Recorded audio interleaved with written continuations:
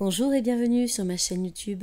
Si vous êtes comme moi fortement inspiré par de nombreuses lectures, je vous invite à poursuivre la vidéo pour écouter le livre audio du docteur Deepak Chopra, Les 7 lois spirituelles du vrai bonheur. Vous débutez le 7e chapitre. La 6e clé. Voyez le monde en vous. Quand vous voyez le monde en vous, il n'y a plus d'obstacle extérieur au bonheur. Le monde intérieur et le monde extérieur se reflètent l'un dans l'autre. Ils changent selon votre niveau de conscience. Si vous vibrez au niveau de la peur, votre monde intérieur de pensée et d'émotion et votre monde extérieur d'événements et de relations reflèteront cet état. De même, si votre conscience vibre au niveau de l'amour, alors l'amour sera présent à la fois dans votre monde intérieur et dans votre monde extérieur. Le bonheur et la prospérité afflueront vers vous quand vous aurez atteint le niveau le plus profond de vous-même. Citation de J. Krishnamurti. Dans le soi se trouve le monde entier. Et si vous savez regarder et apprendre, la porte se trouve devant vous et la clé est entre vos mains. Citation de Yoga Vasishta. Je suis la lumière qui rend toute expérience possible. Je suis la réalité qui est cachée dans tous les êtres.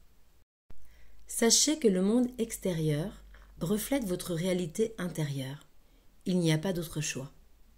Comme nous l'avons vu, vous vivez dans deux domaines en même temps, et le domaine invisible, non manifeste, est primordial.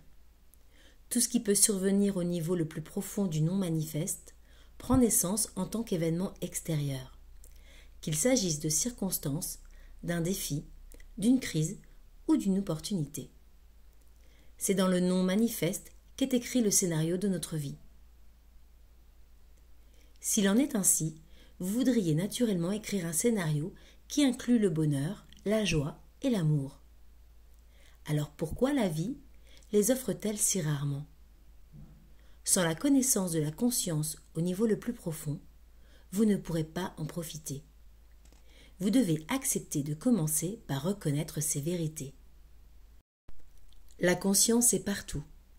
Elle est d'une flexibilité infinie. La réalité change selon les états de conscience. Nous avons l'habitude de penser que le contraire est la vérité. Nous limitons la conscience au cerveau. Nous supposons que le niveau de conscience d'une personne ne change pas. Et nous croyons que la réalité est essentiellement la même pour tous. Pour unir vraiment notre monde intérieur et notre monde extérieur, il faut modifier votre système de croyance.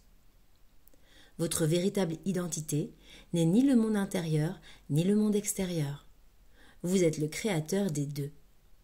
La même source qui est à l'origine des pensées, des sentiments, des souvenirs, des émotions et de toutes les expériences subjectives, et en même temps à l'origine du monde objectif qui s'accorde à votre état subjectif. Si vous n'aimez pas ce qui se passe autour de vous, n'essayez pas d'intervenir. Ce serait comme si vous faisiez briller un miroir en espérant changer le reflet que vous y voyez. Pour modifier ce que vous voyez, il faut un nouveau message en provenance de la source. Notre système de croyance courant, qui assure que quelque chose doit être tangible et concret pour être réel, piège la conscience dans le cerveau. C'est un point de vue trop restrictif. Il y a un champ d'énergie par-delà l'espace et le temps qui conçoit, crée et gouverne tous les événements qui se produisent dans l'espace-temps. Imaginez qu'avant que vous ayez une pensée, ou avant qu'un événement se produise dans le monde, la pensée ou l'événement apparaît sous forme de graine dans le champ d'énergie. La graine vibre et prend vie, passant du niveau le plus subtil de la nature au niveau le plus grossier, là où les 5 sens peuvent la détecter.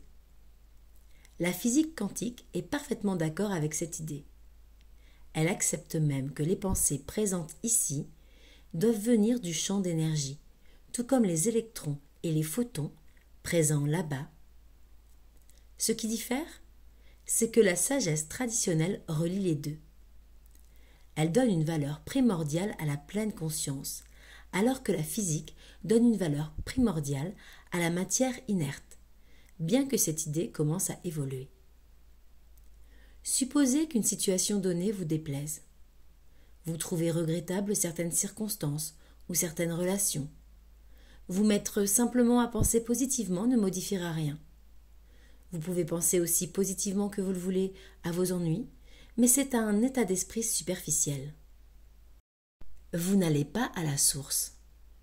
En fait, modifier artificiellement vos pensées, même dans un sens positif, peut accroître le stress et aggraver la situation. La solution consiste à changer simultanément la réalité intérieure et la réalité extérieure. La conscience imprègne toute chose. Elle fonctionne en vue d'instaurer des changements à 4 niveaux fondamentaux: l'être, l'affectivité, la pensée et l'action.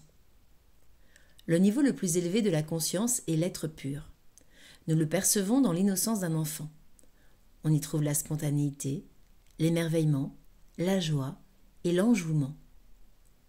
Quand vous serez parvenu à ce niveau de conscience, vos pensées et vos actions reflèteront ces qualités. L'être pur n'a pas de qualité que nous pouvons cataloguer, mais cela ne signifie pas qu'il est vide.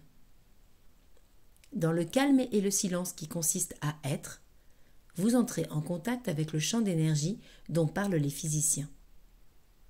Le poète William Blake a appelé cela l'état d'innocence organisée. Ce qui signifie que l'innocence possède le pouvoir d'organiser tout ce qui fait partie de la vie. Si vous vivez au niveau de l'être pur, en pratique, vous êtes devenu maître de la création. Les lois de la nature viennent à votre aide chaque fois que vous faites appel à elles, grâce au pouvoir de l'intention. Puisque la conscience transcende l'identité personnelle, vivre au niveau de l'être pur active les valeurs les plus précieuses. La sagesse orientale énumère 4 de ces valeurs qui confèrent la plus parfaite harmonie à l'existence humaine. Elles se situent au niveau supérieur de l'affectivité. La gentillesse pleine d'amour, la compassion, la joie ressentie face à la réussite d'autrui, l'équanimité, la sérénité. Nous pourrions les appeler les qualités de cœur. Elles existent au niveau de l'affectivité quand une personne parvient au niveau le plus élevé de la pensée. La pensée trouve son intégrité grâce au sentiment. Dans votre esprit, vous pouvez avoir toutes sortes de pensées charitables, généreuses, pleines de sérénité. Mais votre être tout entier ne les soutient pas vraiment. Elles existent en tant qu'idées vides, si bien que le monde extérieur peut encore susciter en vous des réflexions dénuées d'amour. Mais si vos pensées sont fondées sur des sentiments sincères, qui proviennent du profond de votre être, alors le résultat de ce processus, les actions que vous accomplissez ici-bas, vous comblera de joie. Quand les gens se plaignent dans la vie, quand les gens se plaignent que la vie est injuste, ce qu'ils disent en réalité, c'est qu'il existe une disparité entre les événements intérieurs, les espoirs, les souhaits, les espérances, les ambitions, les objectifs, et les réactions du monde extérieur. Dans notre société, tout concourt à l'idée selon laquelle nous devrions suivre nos rêves. Mais que penser de millions de gens dont les rêves n'ont pas pris corps? D'une certaine façon, la chaîne qui mène de l'être à l'affectivité, puis à la pensée, puis à l'action, s'est brisée. Ce n'est pas difficile de rétablir la séquence, mais vous devez agir dans la bonne direction. L'être pur mène au niveau le plus élevé de l'affectivité, et le niveau le plus élevé de l'affectivité crée le niveau le plus élevé de la pensée et de l'action. Maintenant, nous voyons comment devenir une personne pleine d'amour dans un monde sans amour. Vous ne luttez pas pour être une personne pleine d'amour. Vous ne combattez pas ceux qui sont sans amour. Vous vous établissez dans l'être pur qui, par nature, est pleine d'amour. Alors la réalité intérieure et la réalité extérieure ne peuvent que refléter celui que vous êtes. L'image de la réalité en provenance d'une source unique crée un changement radical à tous les niveaux. Prenez la pensée. Comme nous l'avons vu, la plupart du temps, l'esprit est distrait, incapable de se concentrer sur l'instant présent. L'habitude qu'on a de s'inquiéter, de se tracasser, de faire des projets et de fantasmer est un sous-produit de la déconnexion avec l'être pur. Le niveau de pensée le plus élevé est un flux incessant de créativité jailli de la source même temps que la joie et la compassion. Le résultat final est l'action. Inutile de vous dire ce que c'est que d'agir sous l'effet d'un conflit, du stress, de l'anxiété, de l'indécision ou du doute. Nous voyons là des obstacles mentaux à l'action juste. Le niveau d'action le plus élevé est d'une grande limpidité. Puisque ce niveau dépasse la personnalité, une telle action va au-delà de l'intérêt personnel. Elle profite à tout ce qui vous entoure, en commençant par votre famille et en s'étendant au monde entier. Si vous voulez aider l'humanité, la façon la plus sûre est d'agir quand vous êtes établi dans l'être pur. Il est important de se rendre compte que la façon dont fonctionne la conscience n'est ni théorique ni abstraite. Dans la vie quotidienne, vous pouvez facilement observer que lorsque vous vous écartez de l'expérience fondamentale qui consiste à connaître le bonheur, le monde extérieur et le monde intérieur sont perturbés. Ce signal vous informe que vous vous êtes coupé du soi authentique. Avant de réagir, en essayant d'agir sur vos pensées ou sur la situation, prenez du recul et reconnectez-vous. Reconnectez-vous à l'être. Vous savez être pleinement conscient. Cela implique que vous ne vous focalisez plus sur la situation dans laquelle vous vous trouvez et que vous revenez au soi. La pleine conscience est-elle un remède universel qui vous permet toujours d'affronter les situations les plus déplorables? Non. Mais les raisons pour lesquelles la pleine conscience pourrait ne pas répondre à nos espérances nous en disent long. Si l'attention est superficielle, elle exerce une influence moins forte. Votre esprit doit pouvoir atteindre un niveau plus profond. La résistance intérieure, les traumatismes passés et les croyances rigides bloquent le flux de la conscience. Quand la conscience rencontre un obstacle, elle perd son pouvoir. Presque tout le travail effectué sur le chemin de la spiritualité est double. Il faut anéantir les obstacles et atteindre un niveau de conscience plus profond. De cette façon, vous vous connectez au soi authentique et vous abolissez la résistance de l'ego. Pourtant, dès le début de votre quête, soyez attentif à votre rôle de témoin par souci d'efficacité. Quand vous parvenez à cet état, vous êtes ancré, vigilant, souple et prêt à agir depuis le niveau le plus élevé. Passer au rôle de témoin est une action pleine de subtilité. Elle exige que vous fassiez une pause tout simplement. Si cela paraît trop difficile, comme c'est le cas pour de nombreuses personnes qui n'ont jamais pris le temps d'être simplement avec elles-mêmes, alors contentez-vous d'observer votre respiration. Si vous observez votre respiration sans agir sur elle, elle commencera à ralentir. La respiration gouverne le corps. C'est la réaction physique la plus subtile qui reflète le mouvement de la conscience. Vous ne pouvez cacher vos vrais sentiments et vos vraies réactions à votre respiration. Tandis que vous continuerez à observer votre respiration, vous vous sentirez calme et centré sur vous-même. Vos pensées s'apaiseront et le stress extérieur ne paraîtra pas si menaçant. En fait, vous changez votre niveau vibratoire au plan de l'être. Il suffit d'avoir un tant soit peu fait l'expérience de ce que c'est que d'être immobile pour accéder au plus haut niveau de sensibilité. Vous pouvez y parvenir en évoquant une expérience amoureuse. Replongez-vous dans l'état d'esprit d'une personne qui se sent amoureuse ou qui se sent infiniment aimée. Une fois que vous aurez retrouvé cet état d'esprit, demandez à votre conscience la plus profonde de vous guider. Elle réagira soit en vous faisant entrevoir la créativité, soit en vous faisant comprendre certaines choses.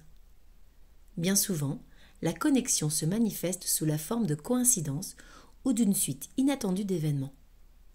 Pourquoi en est-il ainsi ? Parce que nous sommes tellement habitués à suivre les recommandations biaisées de l'ego, qui inclut dans son programme la notion de revanche, l'ambition, l'insécurité et la suffisance, que le soi authentique doit communiquer par l'intermédiaire d'événements étranges ou imprévus. Mais peu importe la voie qu'ils prennent, les messages issus de votre conscience la plus profonde ne cessent d'être envoyés. Maintenant, vous pouvez agir depuis le niveau le plus profond, en sachant que les conséquences de votre action profiteront à toutes les personnes concernées. Elles pourront en bénéficier d'une façon évidente ou subtile, sur le champ ou plus tard. Il ne vous appartient pas de faire en sorte que tout le monde soit heureux. Vous devez seulement assurer par étapes le déploiement de la conscience à ses niveaux supérieurs, celui de l'être, de l'affectivité, de la pensée et de l'action. Dans le Nouveau Testament, on trouve une expression énigmatique pour exprimer ce processus. Être dans le monde sans en faire partie. Maintenant, nous avons élucidé ce que signifient ces mots. À cause de votre présence, tout ce qui vous entoure, les gens, les circonstances, les situations et le stress qu'ils engendrent, semblent n'avoir aucune raison d'être. Vous faites toujours partie du monde tout en étant enraciné dans la réalité plus profonde qui lui donne naissance. La vie vécue à partir de ce champ créateur unit le monde intérieur et le monde extérieur. Elle transcende les deux mondes et confère à vos pensées la puissance de la nature même. Pour activer la 6e clé dans ma vie quotidienne, je prends les résolutions suivantes. Premièrement, j'apprendrai à entrer dans le domaine de l'être. Aujourd'hui, je serai pleinement conscient. Je méditerai, je rétablirai le lien avec le soi authentique. C'est seulement en faisant l'expérience de l'être pur que je pourrai trouver une base solide à tout ce que je ressens, à tout ce que je pense et à tout ce que je fais. Deuxièmement, quelque pénible ou déplaisante que puisse être l'expérience que je fais aujourd'hui, je l'affronterai en me situant au niveau de conscience le plus élevé. Je me relierai à mon être, je trouverai en moi l'amour le plus noble. Et je laisserai ma conscience la plus profonde accomplir l'action qui m'incombe. Troisièmement, quand je m'apercevrai que je réagis avec colère, que j'entre en conflit avec une personne ou que je m'oppose à une situation donnée, je me rendrai compte que je me bats seulement avec moi-même. Entrer en conflit, c'est réagir en conséquence d'anciennes blessures. Quand je renoncerai à cette colère, je me guérirai et je coopérerai avec le flux de l'univers. Pour ne rien rater des prochains chapitres du livre de Deepak Chopra, Les 7 lois spirituelles du vrai bonheur, je vous invite à vous abonner à ma chaîne Holistique Inspiration et à laisser un commentaire sur vos ressentis suite à la lecture. Vous retrouverez les différents liens vers les différents chapitres en description de la vidéo.